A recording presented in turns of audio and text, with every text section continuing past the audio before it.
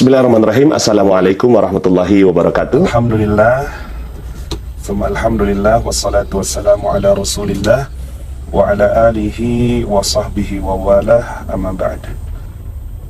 Alhamdulillah, teman-teman semua, bagaimana kabarnya? Ya. Oke, sekarang saya baru pulang dari Makassar, ya, baru pulang dari orang tua saya. Mbak Ning, selamat datang, Mas Dr. Fikri. Sambil saya pantau di HP saya yang kedua. Ya. Oke. Teman-teman dari mana semua nih? Oh, Mas Ferry. Gimana kabar Mas Ferry? Long time no see. Mohon maaf ya kalau tampilannya kurang rapih ya, karena baru pulang dari ini, masih perjalanan dari bandara menuju ke Depok ya. Oke teman-teman, gimana semua kabarnya? Saya doakan Anda semua mendapatkan keberkahan, kejayaan, kemuliaan dari Allah Subhanahu wa Ta'ala ya, sehingga hidup Anda penuh berkah, penuh jaya, penuh mulia, dan semakin mendapatkan keajaiban demi keajaiban ya. Oke, istri saya hadir. Halo sayang. Dan Cibinong, ya Mbak Ning, selamat datang semuanya. Bekasi, Masya Allah. Gunung Halu tuh di mana ya? Gunung Halu, Makassar ya. Oke, jadi topik kita kali ini adalah membahas ilmu magnet rezeki ya. Ketika Pak Rosyad, selamat datang. Ya, Pak Rosyad dari Banjarbaru ya, CTMR juga ya. Dari Tangerang ya, Gunung Halu, Bandung Barat. Bilang dong Bandung gitu loh. Luar biasa ya. Hong Kong, Masya Allah, dari Hong Kong ya. Oke.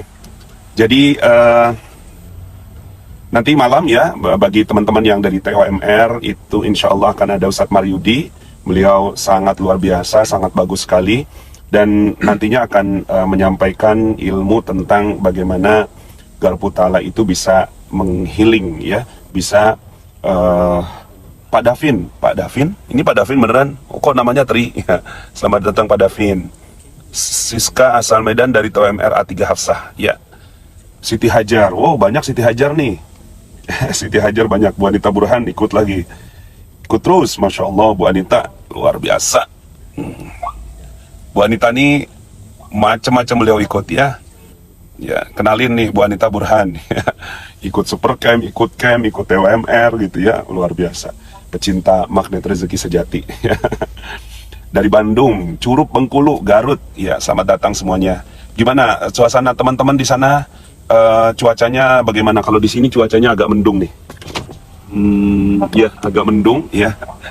Tapi kalau hati kita insya Allah cerah semuanya. Ya, Aiden, selamat datang Aiden. Monitor TOMR 2. Oh iya benar, kalau yang TOMR 2 memang belum mulai ya. Kelasnya baru mulai besok, orientasi dari kepala sekolah. Ya, TOMR 2 insya Allah akan lebih seru ya, karena kita akan bicara bagaimana mengaplikasikan ilmu magnet rezeki di keseharian dan ekonomi, terutama itu ya. Oke. Jadi bismillahirrahmanirrahim. Saya ingin mulai dari awal mula dulu ya. Awal mula ketika saya oh iya Pak Davin Trihudaya namanya Tri ya. Saya mulai dari, mau cerita ya, saya ini cerita tentang awal mula ketika saya berinteraksi dengan ilmu magnet rezeki ya. Magnet rezeki di Kuala Terengganu Malaysia jadi ke Pak Nas Zulina Zulkifli. Saya dapat kabar lah kalau immigration tuh memang sekarang sedang mengetatkan ya. Ini juga kaitannya dengan saya pengen ngobrol ini ya. Jadi kayaknya interaksi kita akan lebih banyak online ini dibandingkan dengan offline, karena Allah sedang beri kesempatan kepada kita untuk berinteraksi secara live. Telat daftar TOMR 2, bakal ada lagi nggak? Ya insya Allah, kalau sepanjang Allah masih izinkan, sepanjang masih ada rezeki ya. Oke, jadi awal mulanya ya, ketika saya pertama kali mengenal ilmu magnet rezeki adalah dari pengalaman bisnis saya yang naik turun ya, lebih banyak turunnya. Tapi pernah juga dalam kondisi yang naiknya luar biasa, dan itu bagi saya adalah keajaiban yang Allah berikan dan titip bagi saya gitu. Nah pada saat itu saya minus sekian miliar ya, angkanya lebih kurangnya 21 miliar gitu. Kemudian kalau di Malaysia itu lebih kurangnya 7 juta ringgit ya, umur masih muda, tapi kemudian dikejar-kejar debt collector gitu ya. Kemudian saya kasus pengadilan yang kemudian dilaporkan polisi, banyak sekali yang hinggap dalam kehidupan saya.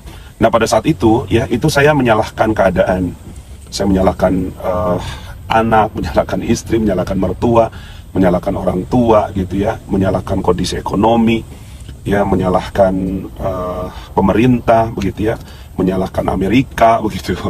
Jadi semua itu dalam kondisi yang saya salahkan semua begitu ya. Kemudian akhirnya di saat itulah nanti jumpa di Johor Bahru 21 Mac ya. Aduh Masya Allah, itu udah siap-siap semua orang ya di Johor Bahru ya. Hotel apa namanya tuh hotelnya, bagus nama hotelnya ya. Tapi karena dia dekat sekali, dekat sangat dengan Singapura ya. Kemudian juga ada warning ya, ada travel warning dari mana-mana lah ya. Oke, nah so teman-teman semuanya, pada saat itu saya bertemu dengan seorang kiai ya, seorang guru spiritual bagi saya gitu ya. Walaupun sampai sekarang beliau nggak mau dianggap sebagai guru ya. Cuma saya aja yang ngaku-ngaku sebagai muridnya. Hotel Berjaya Waterfront ya. Kapan ke Pekanbaru doain ya, mudah-mudahan bisa segera.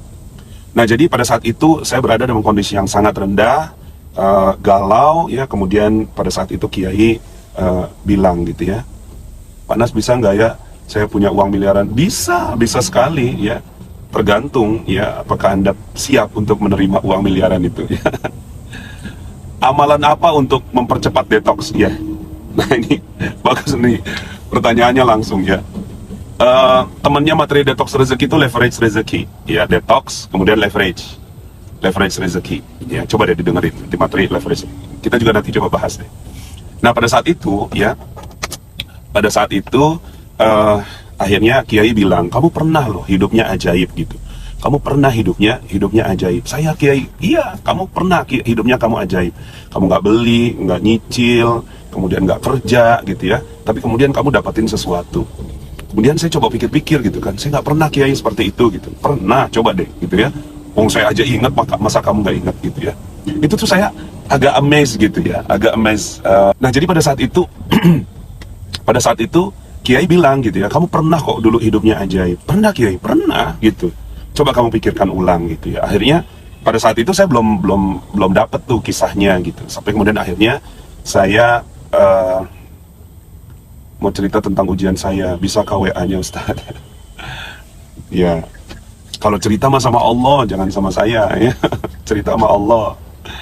Nah jadi pada saat itu kiai bilang, kamu pernah hidupnya ajaib, kamu nggak beli, kamu nggak nyewa, nggak ngeredit, nggak kerja, tapi kamu dapetin satu barang gitu kan, dapetin sesuatu lah. Pada saat itu kiai bilang gitu.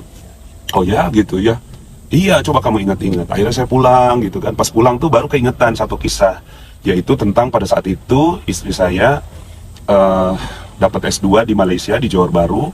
Kemudian saya ikut gitu ya, dengan harapan bisa dapat visa, bisa dapat pekerjaan. Ternyata alhamdulillah dua-duanya nggak dapat. Sampai kemudian akhirnya saya jadi pengangguran di negeri orang gitu. Pengangguran di negeri sendiri itu masih lebih mending ya, punya teman, punya kawan, punya sahabat, punya peluang yang bisa kita apa-apalah begitu ya. Tapi pada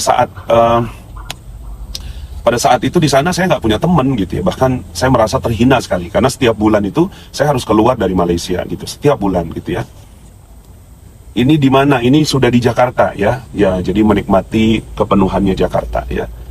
Jadi entah kenapa kok energinya pengen ngobrol gitu. Wah, Bang Azmin, cemana kabar Bang Azmin? Masya Allah.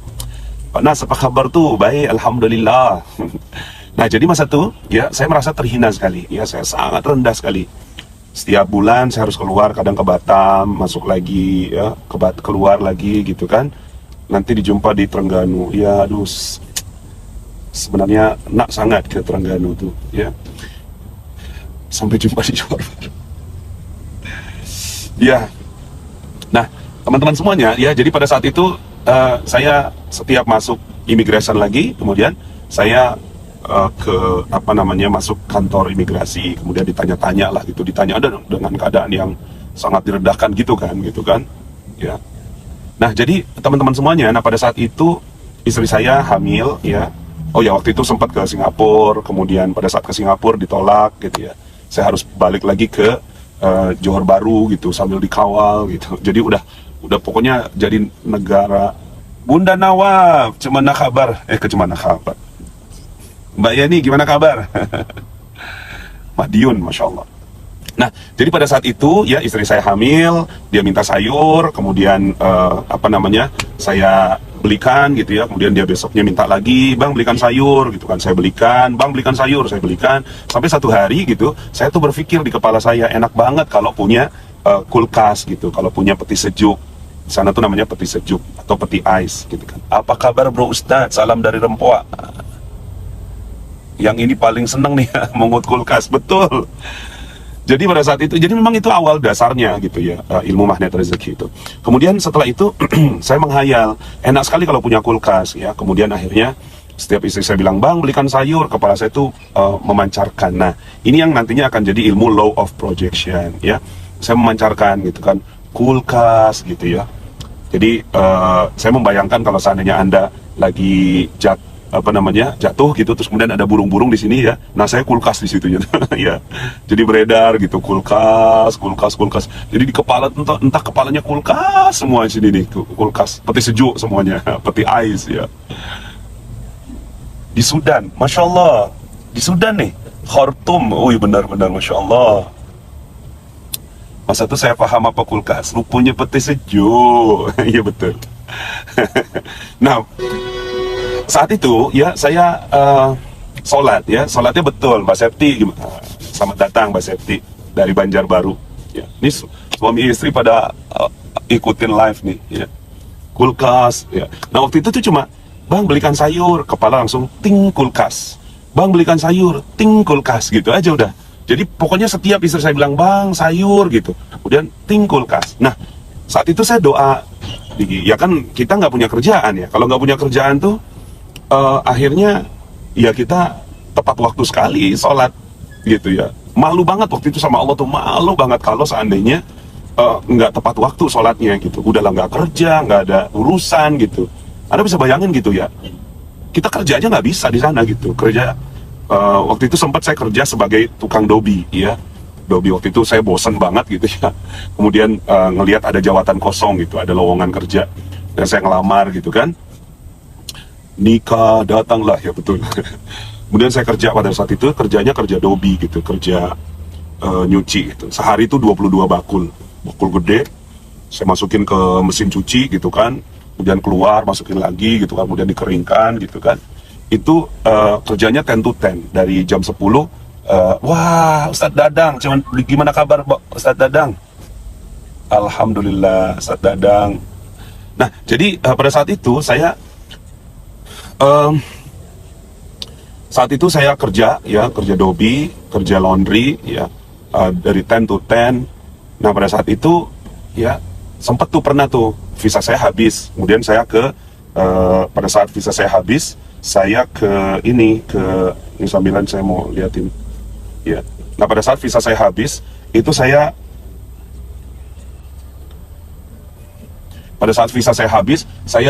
keluar gitu ya, saya minta berhenti dulu sebentar gitu kan. Tim elit ya Allah, tim elit, amin.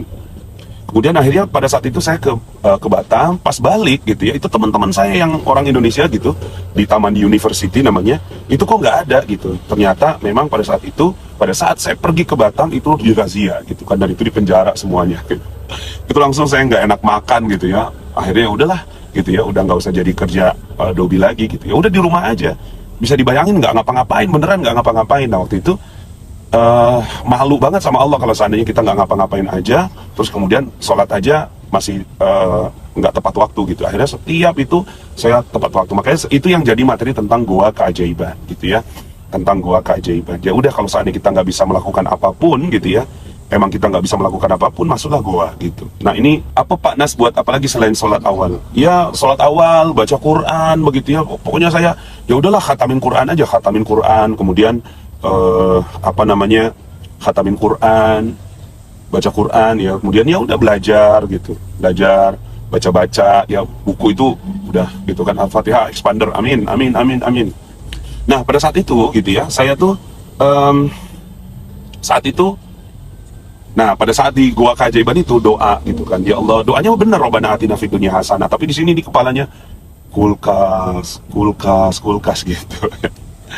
Terus pas keluar itu ada kulkas gitu, ada kulkas dibuang gitu. Terus kemudian akhirnya saya coba datengin, kemudian buka pintunya, loh kok masih ada bunga esnya, berarti baru dibuang gitu kan. Karena pada saat saya masuk ke masjid itu belum ada itu kulkas. Kemudian akhirnya saya coba apa namanya, beranikan diri. Ya pada saat itu belum berani ya, karena saya takut ditangkap juga gitu kalau seandainya ngambil kulkasnya orang. Cuma orang Malaysia itu kan baik hati ya. Kalau mereka punya perabot yang pengen diganti gitu, letakkan perabot yang lama di depan. Silakan diambil sama siapa aja. Nah pada saat itu saya belum pernah memulung sebesar itu. Yang kecil-kecil udah gitu kan, sendal, sepatu gitu kan, mainan anak gitu ya. Itu pada saat itu tuh saya udah lihai gitu. Cuma kan kalau besar begini kan saya apa namanya, kalau besar begini ya belum berani. Akhirnya saya telepon teman saya, Pak Dodi, ini ada kulkas dibuang, boleh nggak kita ambil gitu? Itu di luar gitu kan, di luar rumah. Iya di luar rumah gitu kan. Apa udah dibuang beneran gitu? Udah gitu kan. Cobalah tariklah. Dia bawa motornya, kemudian dia apa namanya, dia punya alat ikat-ikat gitu. Kemudian betul, Indonesia baik hati orang-orang. Kemudian diikat-ikat, saya dorong dari belakang gitu. Nah pada saat saya dorong dari belakang nyampe rumah, sebenarnya nggak langsung nyala ya, itu cuma itu 3 hari tuh berada di rumah gitu. Kemudian saya colokin, pas nyolokin pertama tuh nggak nyala, ya nggak nyala gitu. Tapi ya udah Bismillah, mudah-mudahan gitu kan. Nah, kemudian pada saat itu udah 3 hari baru kemudian si kulkas itu nyala gitu. Nah pada saat nyala itu gitu, kemudian akhirnya saya sangat bersyukur sekali pada saat itu, lagi senang banget gitu. Kita beli apa namanya, beli roti ya, roti terus kemudian bikin hamburger gitu ya. Karena gajinya nggak besar di sana, kita benar-benar hemat banget. Nah kemudian akhirnya teman-teman semua, oh ini kali gitu ya, itu kan di rumah saya mikir gitu kan, ini kali gitu ya, apa, ini kali yang dimaksud kiai gitu, tentang kamu tuh pernah nggak beli, nggak kerja, nggak ngedit, nggak nyicil gitu kan, tapi kamu dapat barang. Saya balik lah gitu kan, saya balik lagi. Kemudian akhirnya saya apa namanya, balik lagi ke kiai. Saya ngomong lah sama kiai, kiai kulkas gitu kan, kata kiai, itu dia ya. Nah pada saat itu gitu ya, kiai itu bilang begini, lakukan apa-apa yang kamu lakukan pada saat gitu ya, pada saat kamu dapetin keajaiban itu gitu. Apa yang kamu lakukan pada saat itu? Oh ya iya bener, sholat tepat waktu, kemudian banyakin zikir, kemudian saya pada saat itu bantu orang gitu kan. Nah pada saat itu saya ingat sekali tuh, pada saat itu ada seorang yang dia tuh nggak bisa melahirkan di Singapura gitu, nggak bisa melahirkan di Singapura karena biaya tinggi gitu ya. Kemudian juga ada prosedur-prosedur orang Indonesia ya. Kemudian akhirnya dia pergi ke Johor Bahru gitu, karena rumah kita yang ada kamar kosongnya. Kemudian akhirnya itu dia datang ke apa namanya, ke rumah saya, nginep beberapa hari gitu. Beberapa hari itu kita yang bantuin lah gitu kan.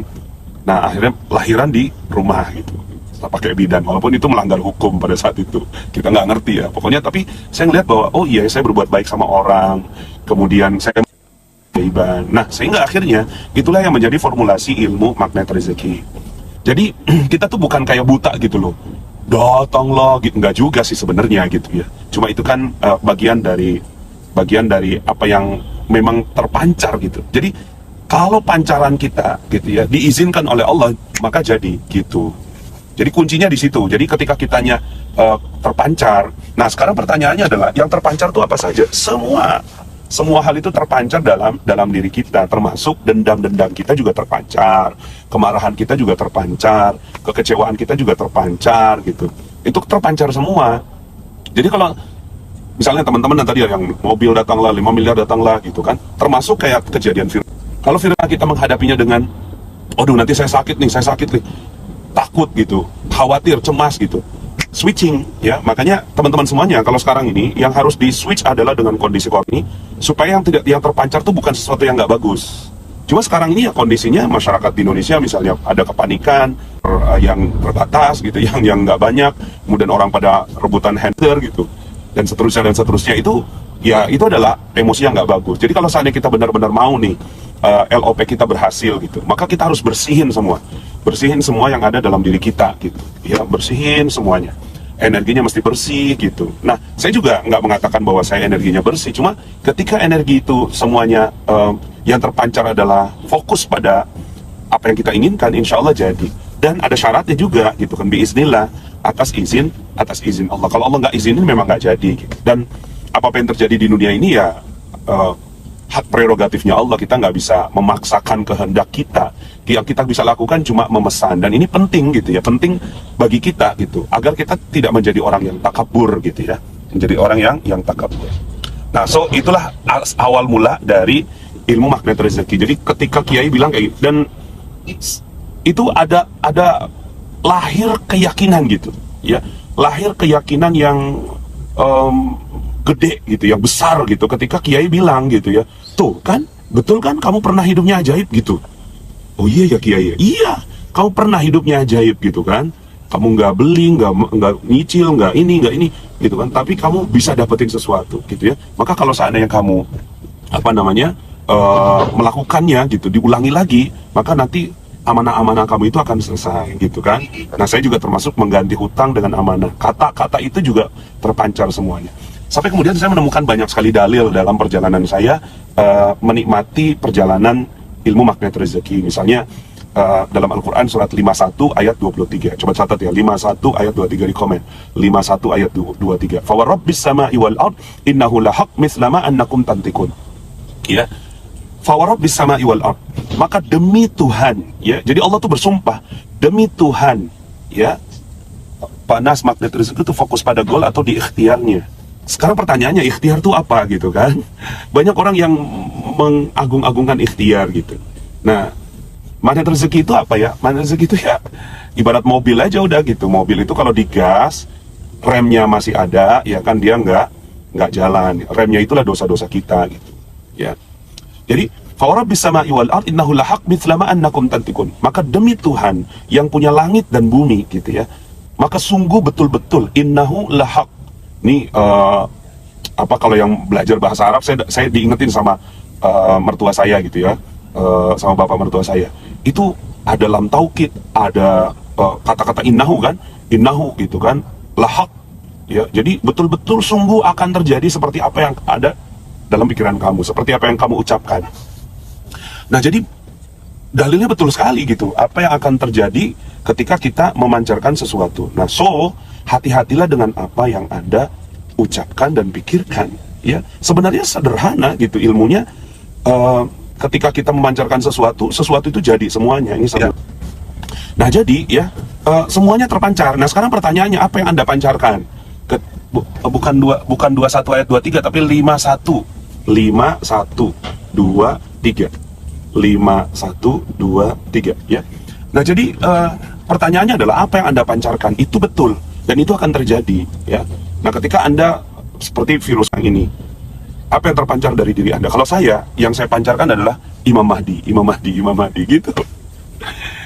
Ya, entah kenapa, pokoknya sekarang ini, karena kan kita pasti terpancar gitu ya, pasti memancarkan sesuatu atas segala keadaan ya. Kayak sekarang di jalanan saya ya, nih saya mau liatin ya.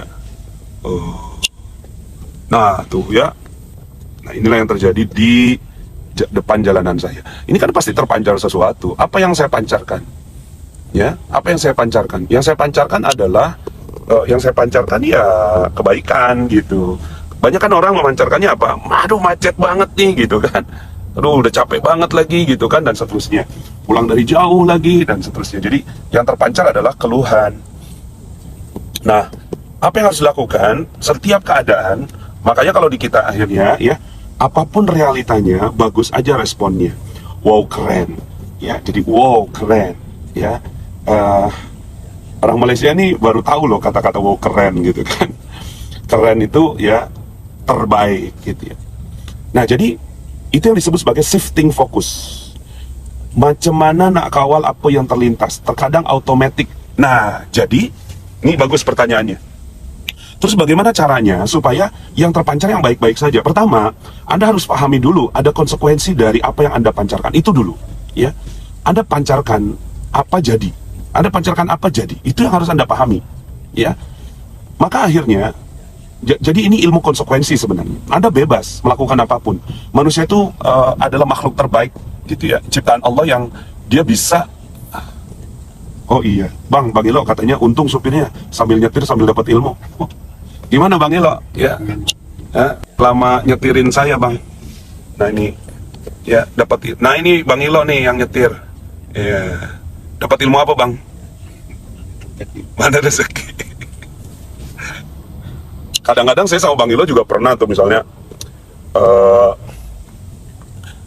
tahu-tahu Bang Ilo nyasar gitu kan, harusnya ke sini apa namanya ke kiri atau ke kanan, harusnya cepet jadinya nggak cepet gitu ya. Ya, Bang Ilo bisa tahan sama saya ya. Dari tahun berapa Bang? 2005 ya? Iya. 2005. Ya, sekarang 2020, 15 tahun, Masya Allah. Beneran Bang? 2006? Belum ya, 2006 belum ya? 2010 ya? Oke, 10 tahun. Jadi konsekuensi, kita bebas melakukan apapun, cuma nggak bebas dari apa yang kita pilih gitu, ya. Kita pilih. Jadi kalau seandainya kita memilih yang terpancar itu yang bagus, itu yang jadi. Kalau kita memilih yang terpancar itu nggak bagus, itu juga yang jadi. Akhirnya pahami dulu konsekuensinya. Jadi macam mana nak kawal? Bagaimana kita mau mengawal ini gitu? Pahami dulu bahwa ada konsekuensinya. Kita nggak bisa ngawal gitu ya. Karena apapun yang terpancar jadi gitu, ya. Apapun yang terpancar jadi. Nah, maka kalau seandainya apapun yang terpancar jadi, Anda akhirnya memilih kan. Jadi kalau seandainya belok kanan adalah Anda nyampe tujuan, belok kiri Anda nggak nyampe tujuan, sekarang bagaimana cara ngawalnya gitu ya? Ya ngawalnya adalah Anda maunya apa gitu kan. Jadi kita mengawal dengan keinginan kita sendiri gitu. Jadi keinginan kita yang ingin baik gitu kan. Sebenarnya ilmu magnet rezeki itu merapihkan hukum sebab akibatnya gitu. Sebab, ada akibat. Betul, itu selalu ada. Cuma jangan sampai akhirnya misalnya begini ya, mau dapetin duit banyak, itu kan akibat. Caranya bagaimana? Caranya memperbaiki sebabnya. Sebabnya apa? Kerja yang keras gitu. Ini nggak ada hubungan. Persoalannya begitu. Kita mau dapetin duit banyak, itu nggak ada hubungannya dengan sebab kita kerja keras. Nggak ada. Ya, kenapa nggak ada hubungan antara kerja keras dengan uang banyak? Karena tidak ada ayatnya yang mengatakan begitu. Nah, yang mengatakan begitu hukum sebab akibat. Sebab akibatnya kita kembalikan kepada nilai-nilai agama. Ya, sebab akibatnya apa? Kalau kamu minta ampun kepada Allah, maka uangnya akan diperbanyak. Berarti kan itu hukum sebab dan akibat. Nah, maka yang pertama, pahami konsekuensinya. Yang kedua, pahami hukum sebab akibat.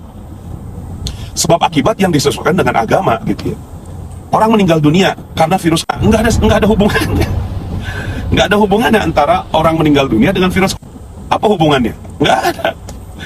Orang meninggal dunia itu karena dicabut nyawanya oleh Allah Subhanahu wa Ta'ala. Jadi nggak ada hubungannya antara virus sama kematian. Terus kenapa galau dengan, ya kalau Anda galau dengan kematian, kenapa ya jadinya kan nggak ada hubungannya gitu loh. Ya, Anda mobil nggak jalan, itu ada hukum sebab akibat karena remnya diinjak gitu. Anda udah pencet gas gitu, tapi remnya diinjak juga gitu kan. Nah, sebabnya itu. Tapi kemudian langkah yang Anda lakukan adalah ngebuka kap mesin, kemudian ngebongkar akinya gitu ya.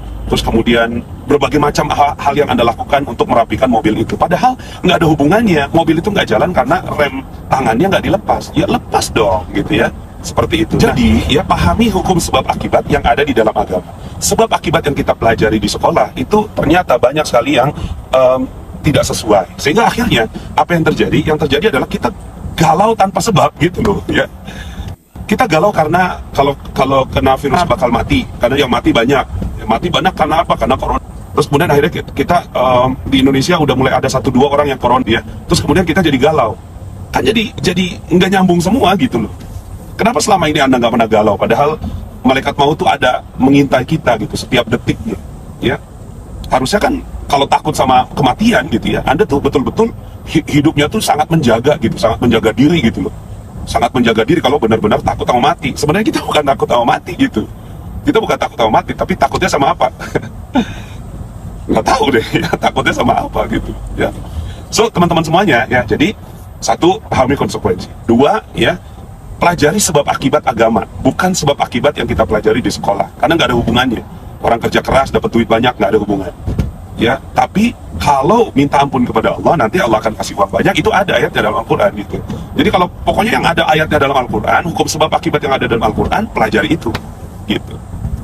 Kemudian yang ketiga, ya, jadi ini kan tadi ada pertanyaan yang bagaimana cara mengawalnya supaya pikiran kita positif semua gitu kan. Yang ketiga, itu memang harus latihan.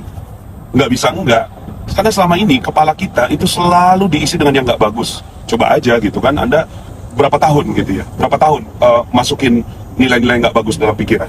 Berapa tahun kita berdoa yang nggak bagus, berkata-kata yang nggak bagus. Akhirnya kita nggak punya pilihan lain kecuali kita latihan gitu ya. Latihan. Nah, makanya dalam ilmu magnet rezeki latihannya adalah disiplin kata. Kenapa disiplin kata? Ya, karena disiplin kata ini adalah latihan paling mudah, ya. Latihan paling mudah yang bisa dipelajari oleh semua orang, sehingga akhirnya semua orang kita akan bisa membentuk lingkungan yang baik dalam hal proses pelatihan kita, gitu, ya. Jadi kalau dalam ilmu pendidikan, cari yang paling mudah untuk berlatih, gitu. Itu kalau dalam ilmu pendidikan. Nah, maka kenapa akhirnya masuk ilmu disiplin kata? Ilmu disiplin kata itu benar-benar Anda harus disiplin sekali, sangat disiplin. Kenapa? Itulah bentuk latihan kita merapikan semua, ya. Jadi kalau bagaimana Pak Nas mengawal pikiran untuk selalu positif? Ya, saya mulainya dari kata.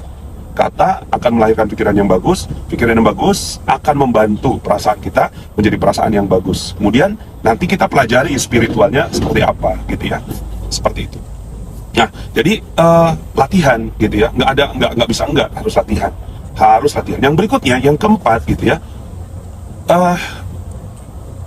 Anda harus berada di lingkungan yang tepat, karena latihan itu nggak gampang, ya, latihan itu nggak gampang. Berapa tahun kita harus pikir yang bagus, berapa tahun kita jauh, ya betul, ya coba bayangkan berapa tahun kita berpikir nggak bagus, berapa tahun kita berkata-kata nggak bagus. Akhirnya itu juga yang melahirkan ilmu yang namanya detox rezeki.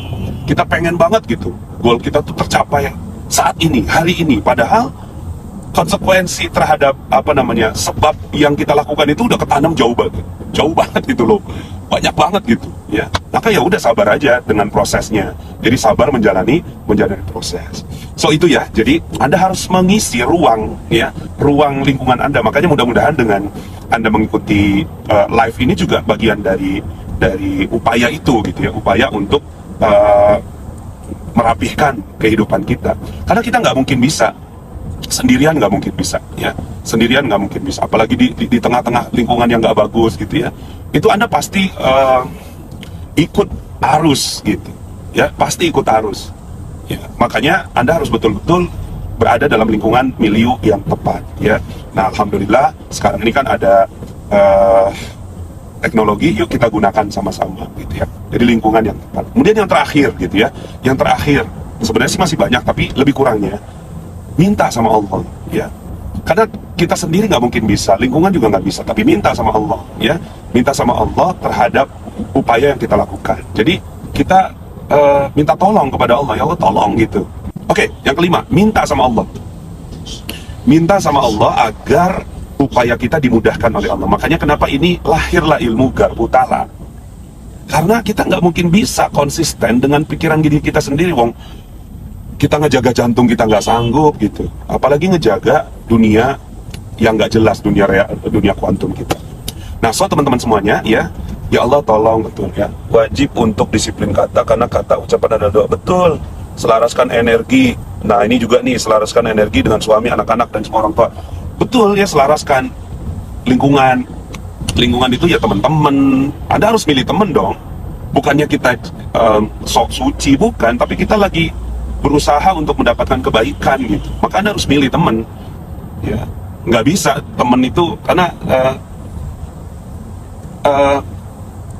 almar'u ma'adina khalilih, seseorang itu berdasarkan din temannya ya, kekasihnya ya. Jadi kalau seandainya kita tuh punya sahabat, dia itu gaya hidupnya A, pasti kita keikut-ikut jadi A gitu. Nah, jadi akhirnya makanya kenapa yang kelima ini dia lahirlah ilmu Garputala. Kenapa? Saya pun nggak tahu. Jadi kalau misalnya ada yang nanya ke saya gitu kan, Pak Nas gimana? Ya udah Garputala aja gitu. Kayak sekarang ini gitu ya kan. Ya udah Garputala aja masing-masing gitu. Ya, Garputala masing-masing. Lebih bisa belajar disiplin kata. Pak Nas di save ya, putus-putus. Bismillah, insya Allah nanti saya save ya, mudah-mudahan. Oke, itu ya yang bisa saya sampaikan. Jadi menghadapi virus ini tenang aja, tenang, cool, ya. Terus ganti, wow keren kenapa ya? Jadi kenapa sih kalau dalam pelatihan Magnet Rezeki, wow keren, kemudian coba sebutkan kenapa kerennya gitu. Virus wow keren gitu, kenapa keren? Karena akan ada Imam Mahdi gitu. Terus kemudian Anda jangan fokus sama Dajjalnya. Jadi oke lah, kita banyak kajian-kajian sekarang tentang akhir zaman kan, akhir zaman gitu. Terus banyak orang yang fokusnya sama Dajjal, bentar lagi Dajjal datang, bentar lagi Dajjal datang. Ya nggak usah fokus sama Dajjalnya. Fokusnya sama Imam Mahdi, sama Nabi Isanya gitu. Alhamdulillah bentar lagi datang Imam Mahdi, Alhamdulillah bentar lagi datang Nabi Isa. Berarti kan banyak nih orang-orang Nasrani yang insya Allah langsung masuk Islam, convert gitu, ya. Pak Nas, apa fakta orang cakap tak penting kan? Yang penting kita kekal cakap wow keren saja kan? Yes. Orang mau ngomong apa sama kita, itu kan sebenarnya apapun yang terjadi di luar kita itu cuma shadow aja gitu dari apa yang ada dalam diri kita gitu. Ketika kitanya bagus, maka orang-orang akan cakap bagus sama kita. Kapan ngaji di Latif lagi ya Allah, doakan. Ketika kitanya dalam dirinya nggak bagus, maka ada orang lain yang cakap nggak bagus sama kita. Jadi ketika cakap nggak bagus sama kita, ini kan feedback aja nih. Terus apa yang harus kita lakukan? Yang harus kita lakukan adalah, ya, yang harus kita lakukan adalah ngaca, yang salah saya, dia yang benar gitu kan. Makanya itu ilmu garis kebenaran tuh penting sekali, ya. Oke, ada lagi nggak? Ada pertanyaan nggak? Ya, betul. Alhamdulillah sebentar lagi Imam Mahdi muncul, Nabi Isa muncul, hadir. Nggak usah takut, ya. Takutnya cuma satu. Teman-teman ada yang bisa nebak nggak? Kita cuma takut sama apa? Coba jawab deh. Kita takut sama apa? Sekarang kan kita takut macam-macam ya. Takut sama debt collector, takut sama corona, takut sama ya, takut sama pemerintah, takut sama polisi, takut dirazia, takut apa-apa. Coba sekarang saya mau tanya, wah, Anita udah pulang belum nih? Ya, Anita nih adik ipar saya baru saja melahirkan anak lelaki, masya Allah, alhamdulillah. Namanya masih difikirkan, Zaki Muhammad Akram. Ya, takut kepada siapa? Nah, ini ada yang nebak nih, takut kepada Allah. Ya, nah ada juga yang takut terhadap dosa aja. Takut terhadap Allah, oke. Takut kita terhadap siapa? Ayo, yang paling benar tuh, ya. Kita takutnya terhadap Allah, terhadap apa gitu? Takut sama Allah, oke. Takut sama Allah, oke. Ya, banyak nih jawab takut sama Allah, oke. Ya, takut sama Allah. Bagus nih, ya. Allah Subhanahu wa Ta'ala Maha Kuasa. Jadi kita hanya takut kepada Allah, hanya takut kepada Allah. Oke, ya. Takut kepada Allah. Takut kepada Allah. Oke, baik, ya. Saya rapihkan ya. Sebenarnya bukan takut kepada Allah, ya. Kalau seandainya kita takut kepada Allah, maka ya kita tuh akan menjauh dari apa yang kita takuti. Ya, kita akan menjauh dari apa yang kita takuti. Kita takut sama setan, kita menjauh setan, harusnya gitu loh. Walaupun kita aneh gitu, takut sama setan tapi dekat sama setan. Karena sebenarnya bukan setan yang ditakuti gitu loh. Takut sama harimau, ya kita menjauh dari harimau. Kalau takut sama Allah, nanti kita jauh dari Allah gitu. Allah tuh kan aneh ya. Kita suruh mencintai Allah, tapi ajarannya juga takut sama Allah gitu loh. Nah, udah mulai nih, ya, udah mulai ada yang jawab yang lain gitu kan. Bukan, takut itu cuma satu. Takut sama dosa gitu. Takut sama dosa terhadap Allah. Gitu, betul nih. Takut sama dosa terhadap Allah. Bukan takut sama Allahnya, tapi takut sama dosa terhadap Allah. Takut sama dosa terhadap Allah, takut sama dosa terhadap orang tua, takut sama dosa terhadap anak, gitu. Takut sama dosa terhadap anak, takut sama dosa terhadap kendaraan, gitu. Takut sama dosa terhadap kendaraan tuh gimana? Takut sama dosa terhadap kendaraan. Ya, kendaraan yang dibeli dengan harta yang haram, gitu ya. Kemudian dengan cara yang nggak benar. Itu kan jadi kita takut, gitu. Pak Nas, saya belajar Garputala, tapi kok selalu menemukan ayat yang berbeda-beda. Ya, kalau belajar Garputala tuh mesti sabar, ya, mesti sabar. Dan panjang nih penjelasannya kalau tentang garpu tala. Nantilah kita bahas tentang garpu tala dalam kesempatan yang lain. So teman-teman semuanya, mudah-mudahan materi ini atau pembicaraan ini bisa memberi ya pencerahan lagi ya buat saya pribadi gitu kan, buat kita semua. Mudah-mudahan kita semua dimudahkan oleh Allah Subhanahu wa taala untuk sama-sama konsisten gitu ya, memancarkan yang bagus. Satu tadi ya, bagaimana kita supaya konsisten memancarkan yang bagus. Satu, pahami bahwa ada konsekuensi dari apa yang kita pancarkan. Dua, ya ketahuilah sebab akibat yang benar dari agama ya. Ya. Kemudian yang ketiga ya, kita harus latihan untuk memancarkan yang bagus-bagus dengan cara disiplin kata. Kemudian yang keempat, cari lingkungan yang baik ya. Kemudian selaraskan semuanya, suami, anak, istri, semuanya bagusin semuanya. Itu untuk memudah. Kemudian pilih teman. Dan yang terakhir, minta bantuan kepada Allah Subhanahu wa taala. Oke, itu dulu ya untuk garpu tala. Kita akan bahas dalam kesempatan yang lainnya. Terima kasih atas kehadiran teman-teman semua. Mudah-mudahan Allah Subhanahu wa taala rapihkan semua keimanan kita ya. Oh ya, untuk yang tadi yang tanya tentang garpu tala, kenapa ayat-ayatnya nggak bagus? Karena kita keyakinannya terhadap metode itu belum terlalu tinggi. Yang berikutnya adalah kita masih punya garis kebenaran. Gimana caranya supaya benar, garis kebenaran diturunin? Saya salah, di luar saya benar. Kalau saya salah, di luar saya benar, maka insya Allah Al-Quran jadi benar. Tapi kalau kita masih punya gitu ya, garis kebenaran, saya benar, saya benar, saya benar, saya benar, maka di luar kita salah. Ketika kita membuka Quran, jadinya Al-Qurannya yang jadi salah. Ya, maka turunin yang di sini. Ya, saya salah. Cara nuruninnya gimana? Ya udah ngomong saya salah, gitu aja.